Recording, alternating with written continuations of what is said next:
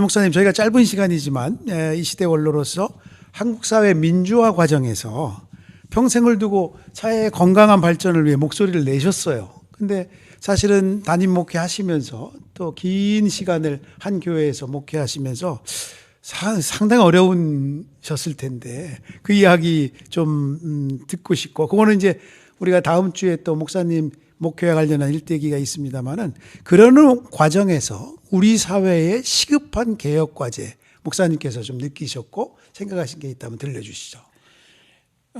촛불 정권인 이 문재인 정권이 내세운 개혁 과제들이 다 필요한 것들이라고 봅니다. 이제 검찰 개혁, 관료 개혁, 언론 개혁, 재벌 개혁 이런 것들이 있을 겁니다. 네.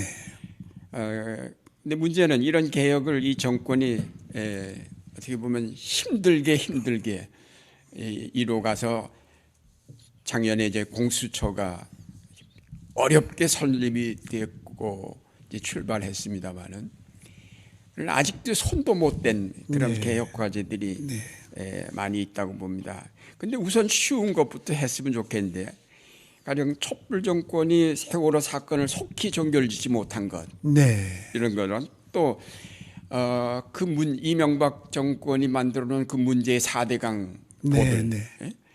이런 문제 사실은 그렇게 질질 끌 문제가 아니라 쉽게 어떻게 보면 해결해야 할 문제들인데 그냥 그대로 방치하고 있다는 점들, 이게 이제 문제라고 봅니다. 또 기후 위기를 대응해서 탄소 배출을 2050 탄소 배출 감소 중립, 탄소 배출 중립을 대통령께서 선언하셨지만은 사실 탄소가 중립이 된다고 해서 이 기후 위기를 극복해낼 수 있느냐, 저는 그렇게 보지는 않고, 가령 그런 기후 위기에 있어서 가장 문제되는 여러 가지가 있지만은 가장 중요한 게 그래서 식량 문제라고 봅니다.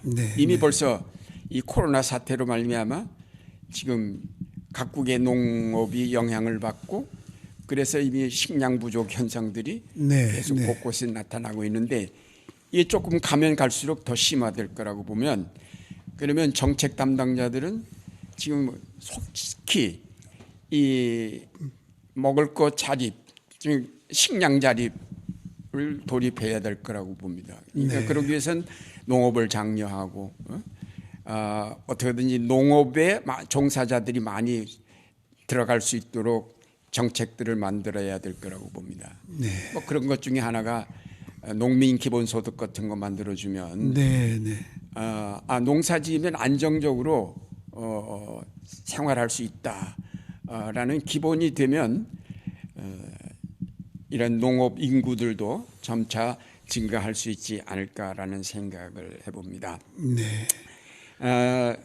결국 농민들을 살려서 농사를 짓게 만들 때 식량 문제도 해결되고 또 환경 오염도 어느 정도 정화될 수 있지 않겠는가, 뭐 이런 생각을 해봅니다만은 지금 현재 정권이 거기까지 생각이 미치지 않는 것 같습니다. 한편으로는 저희가 촛불 정보라고 얘기를 많이 하지 않습니까? 그 문재인 대통령 처음 출범할 때 기대가 굉장히 컸고, 실제로 그 선거 끝나는 저녁 시간인가요? 세월호 가족들을 가장 먼저 만났어요. 그거 저 생생한 장면을 기억하고 있고, 또 저는 현 정부의 개혁 과제 이렇게 진행하는 것을 보면서 사실은 이 권력의 상층부에 있는 사람들이 견고해서 움직이질 않는다, 이런 생각 같습니다. 그래서 정권을 교체했다는 건 한번 좀 제대로 된 개혁을 해봐라 라는 국민들의 위임이 있는 건데 좀 더딘 게 아닌가, 이런 생각이 있어서, 또 한편으로는 인사에 대한 획기적인 방안이 있어야 그런 걸 좀 추진해 가지 않을까, 이런 생각도 같습니다. 사실 개혁이라는 게 단시간 내에 이루어지기는 어려운 것이 사실인 것 같습니다. 왜냐하면 너무 오랫동안 굳어져온 기존 세력들, 기득권자들, 이해관계가 얽혀있는 조직, 이런 것들을 뜯어고친다는 게 사실 쉽지 않죠. 특히 관료 조직은 이게 아주 견고한 성체와 같아서 좀처럼 해서 이 관료 조직을 개편하고 바꾼다는 것이 어렵고 예. 그래서 결국은 정권이 아무리 바뀌어도 개혁이 어려운 까닭은 어떻게 보면은 관료들이 개혁되지 않기 때문이 아닐까라는 생각을 하게 됩니다. 네. 그러니까 이제 결국은 그나마 이제 또 정권이 대통령의 임기가 5년밖에 되지 않으니까 이 5년의 짧은 기간 동안에 뭐 이것저것 개혁한다는 게 상당히 힘들 것이라고 봅니다.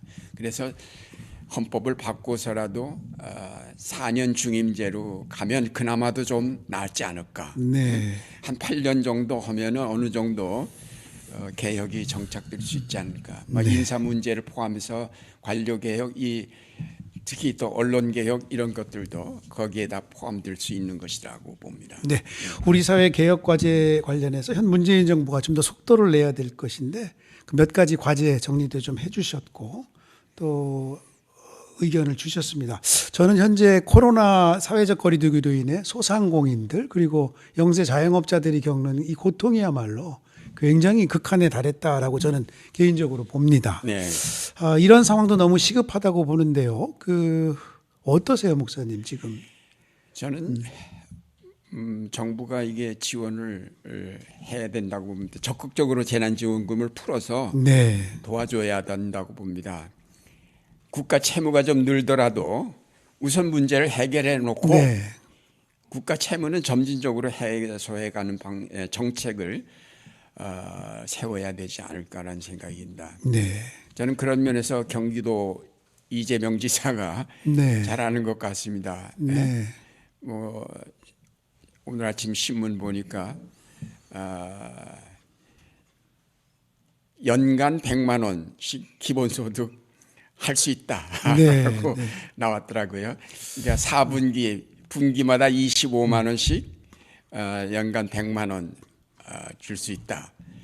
그런 기본소득 제도를 실시해야 된다 이렇게 얘기하는데 어쨌든 지금 어려운 때에 이걸 풀어가는 과제가 지금 현 정권에 있다고 봅니다. 네. 정부도 정치도 사실은 다 국민을 위해 존재한다는 거 물론입니다. 얼마나 중요하겠습니까?